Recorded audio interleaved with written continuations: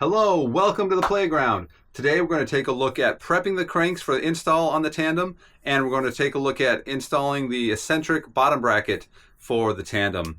Those are two very important parts of the bike to make sure that we can propel ourselves forward, and we're going to take a look and see how that goes. So stick around and see what we got to do to get this working right here on Hemingway's Playground.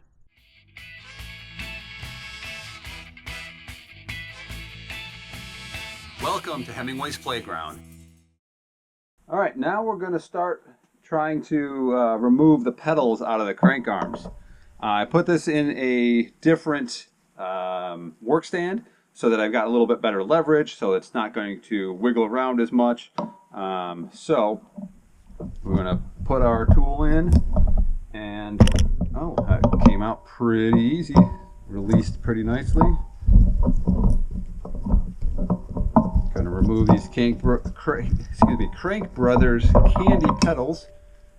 I'm a time person, so we're going to use time pedals, not the Crank Brothers. But it's good to get them out of that. One down, three to go.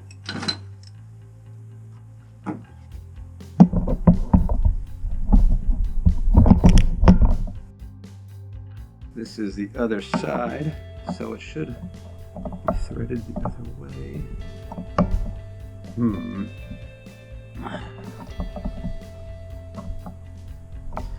have to get a different tool. All right, got a new tool on here. Going to see if we can't get this to break free. There we go, we got that free. Now I can do it by hand. And there we go, that one's out too. Let's get the next one.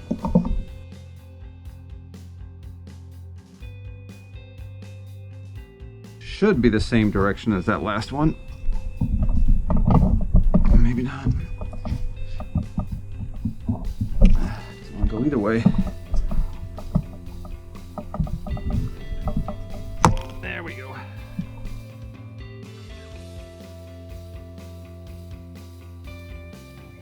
One off. And then the last one is gonna be a bit more of a challenge because it's got a lot more chain rings in the way, so not sure what way I want to try to do this. Yeah, probably that way. Should come back this way. Maybe not. Let's try the other. Yep, that broke it loose. And then there we go. So now, since we have you right here, we'll just utilize this time to take the chainring bolts out, because we're going to upgrade those in the future. So here we're going to just remove those, see if we can get them to spin freely. Nope, going to have to get another tool. Alright, there we go. Alright, so we're going to get the rest of these chain rings out, get them apart. I lost my 5mm Allen wrench. Not sure where that went up. For some reason I set it in my parts bin. Alright, so we're going to get the rest of these chain rings out of here.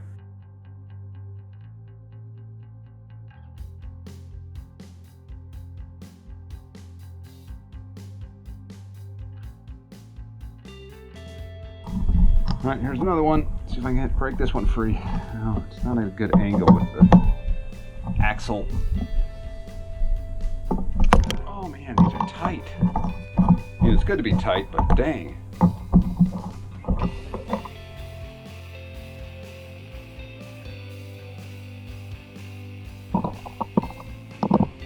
This is interesting. These chainring bolts are two different sizes. Some of them are 5 on one side and 6 on the other, some of them the other way around. I wonder if... that was fairly loose. Wow, okay. I wonder if it was... they're just backwards. They seem to be. Here they are. Chainring off.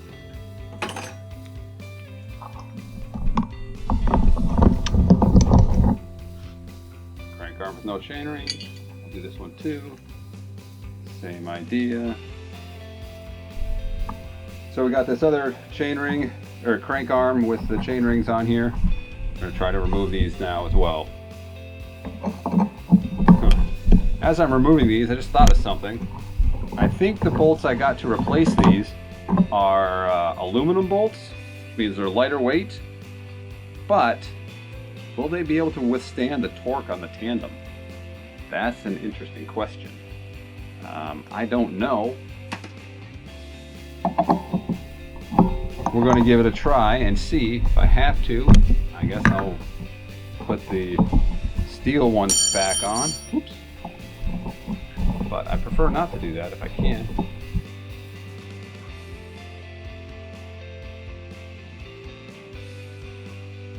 There's definitely a lot of dirt and grime on these chain rings.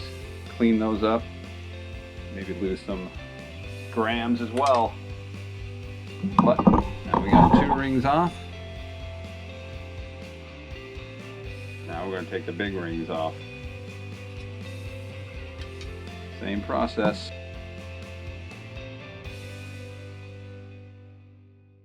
If I were smart, I would have weighed these before tearing them apart, but I'm trying to utilize the time the best that I can.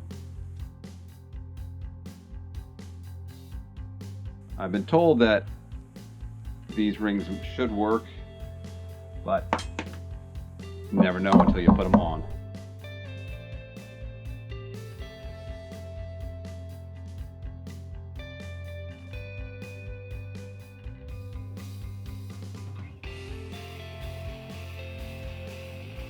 Those can come off. Got all 5 of those out, but now we got this little ring to get off. I'm not planning to put the little ring back on, so again, a few more grams of savings by just running it 2x. No chain ring bolts, no chain ring, means a little bit lighter weight. One thing that is going to be a little tricky for me, I'm not sure how I'm going to correct it, but the chain line isn't going to be the best with my setup, so I would like to try to bring the chain line a little bit closer to the frame, but I don't know how exactly I'm going to manage that one.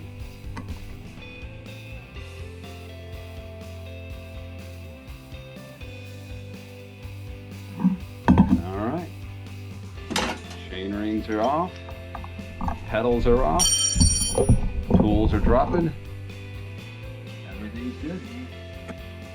All right, so the next thing we're going to put on the bike frame is the old cranks. We're going to put those back on, clean things up, put them back in together, put them back in the frame together the way they should be. They're really dirty right now, so we're going to clean some things up. I've got a diluted simple grain solution, and I'm just going to apply that liberally to all of this, wipe it down, and clean it up. But I'm going to start with the Eccentric bottom bracket, which is just out of camera, and wipe that out so that's nice and clean, so that the Eccentric bottom bracket slides in it when I need it to.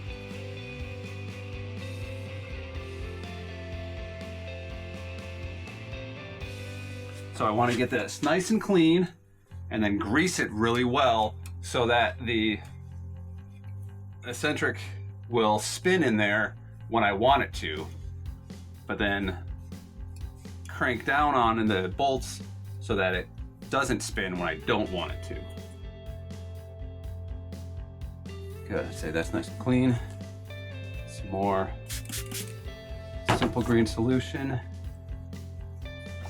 Spray this Eccentric. Get this nice and clean as well.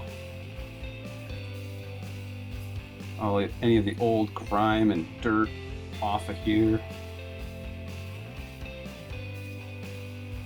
The other thing, when you get the grime and dirt off of these things, these pieces, it might be minuscule, but it does become lighter as well. So it's that sense of 1% better here, 1% better there, 1% better here, 1% better there. Add that all up and eventually you get 10, 15, 20% better all around.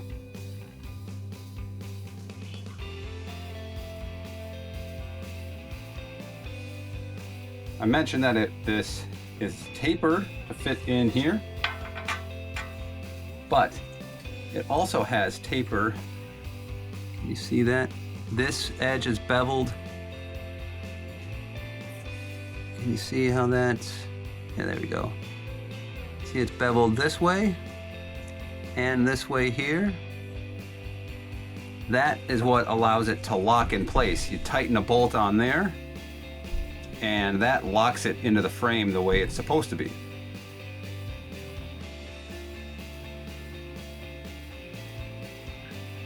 So we got this pretty much cleaned up. Now we're going to go for the internal threads on here. Get those clean. There's a lot of excess grease in there, and excess grease can collect dust and dirt and debris inside the bottom bracket area. That's very unlikely, but it can happen. But more than likely is that excess grease gets old, dried out, and gums things up, which makes things much more difficult to get out. If you've ever had a shifter, particularly in a mountain bike, stop working, it clicks, or you can push it, but it doesn't do anything.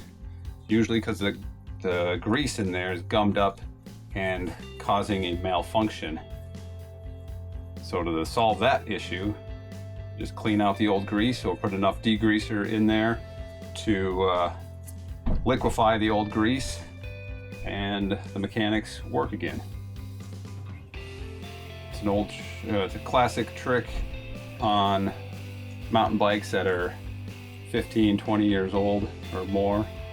That might be dating me a little bit, but I've been involved in the cycling world for more than 20 years.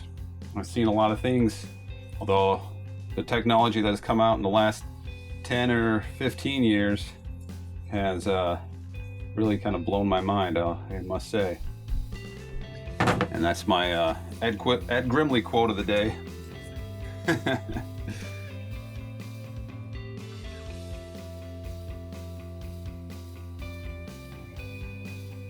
Speaking of gummed up grease, some of that old grease is gummed up on this portion of the eccentric bolt. Scrub this off to try and get that grease off.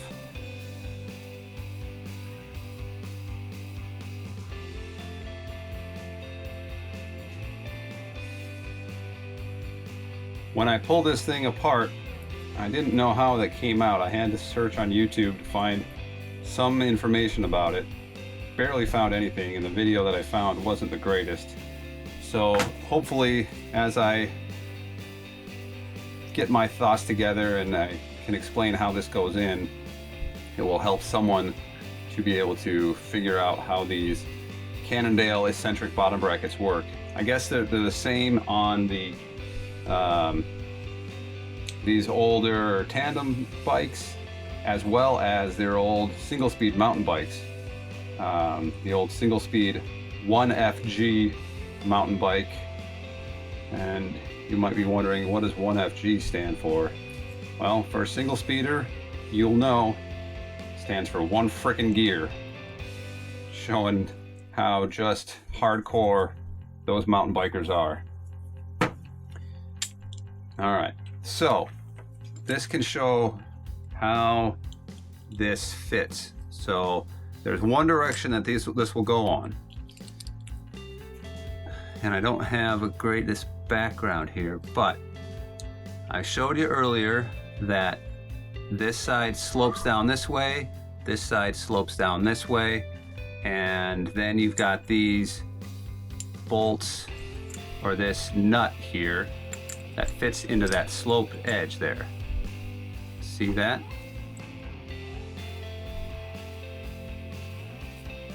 And that fits in there like so.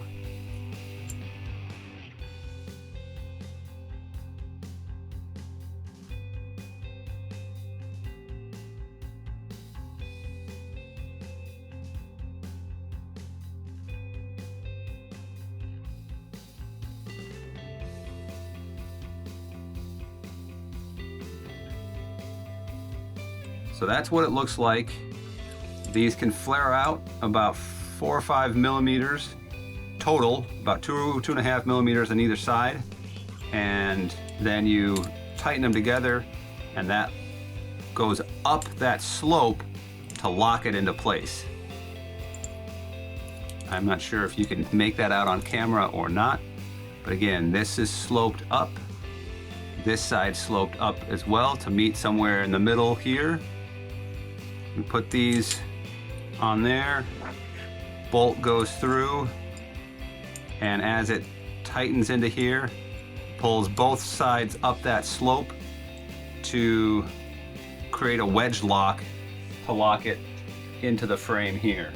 Before I put that together, I am going to put some grease on these bolt threads just so that can come out well and doesn't create any rust, but I do believe this is stainless, so I don't think it's going to rust. Drop that into here. And then also going to put a little bit of this grease on this surface, both sides on that upward sloped wedge area. And then I'm also going to put that put the grease on the shell that fits into the frame. A little layer of grease there. I'm going to slide that into the frame. Oh, you can see it doesn't fit that way because it only goes in one direction.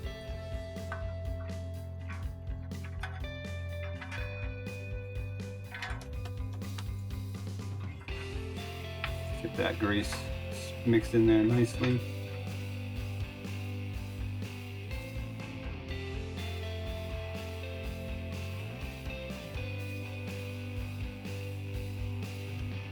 All right, so I've slid this eccentric into the frame, greased it all up in there. I'm just going to spin it a few times to spread that grease into the place that it needs to be. Now you can see on this non-drive side, it's got these holes here, and that allows you to put tools into the frame or into the eccentric and spin it theoretically. So long as you've loosened the wedge bolt, which is nice and loose, you can see it moving in and out. And then you can put your tool in here. I think it's designed for a 5 millimeter, and then you can twist and rotate. That works quite nicely when everything's nice and loose. Well, that's interesting. I didn't think you could do that.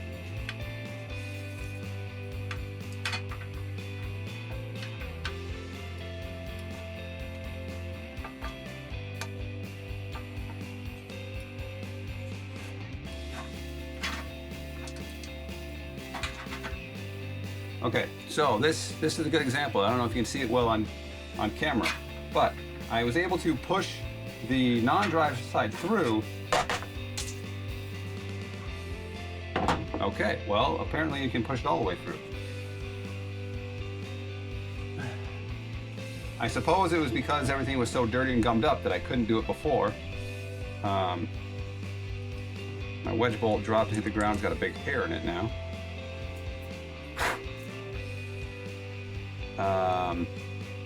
Maybe they're not the same diameter. Well, let's try the other side.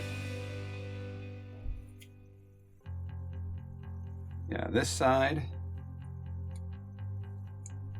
is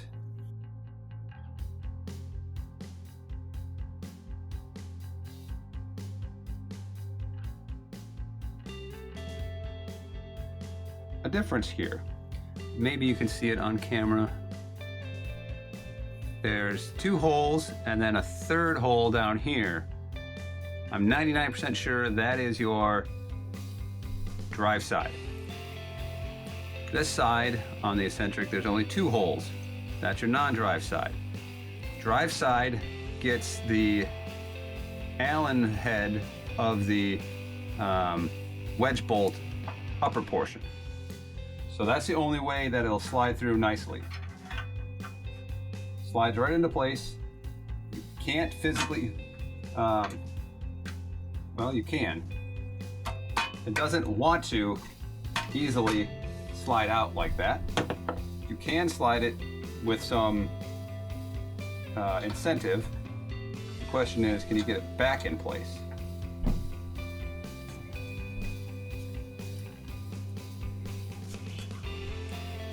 And the short answer to that is yes, you can. But it's all dependent on the wedge bolt. Move that wedge bolt a little bit, and then wiggle it around here. Now I'm going to put a little bit more grease on here. When that wedge bolt's in a good spot, things move quite nicely. Otherwise, it wants to fight you. Right now, for mocking up sake, I'm going to put the bottom bracket just forward of center and snug that into place. All right, as I look at this now, I notice on the back side, the shell, the eccentric shell, is outside of the frame by about 2 millimeters, and on this side, it's flush. So I'm going to try to line it up a little bit better, loosen my wedge bolt, and now I'm going to try to spin that so we got about 1 millimeter out of the frame on both sides. That's pretty good. Tighten that wedge bolt down, and that locks the frame, or locks this eccentric shell into the frame. So when you pedal, it doesn't spin. Well, we got those cranks ready to get installed here soon, and we've got that eccentric bottom bracket sleeve cleaned up, installed, and greased and ready to go. So now it's less likely to get stuck in there, and hopefully you have an idea of how those things actually work. It's kind of a unique process in how that actually works, with those two ramped portions to help lock it in place once that bolt is tightened up. Hopefully that conveys how those work, and if you want to see how it turns out, stick around here to see how the bottom brackets get prepped and installed and the cranks get installed and see what those look like. Only here at Hemingway's Playground.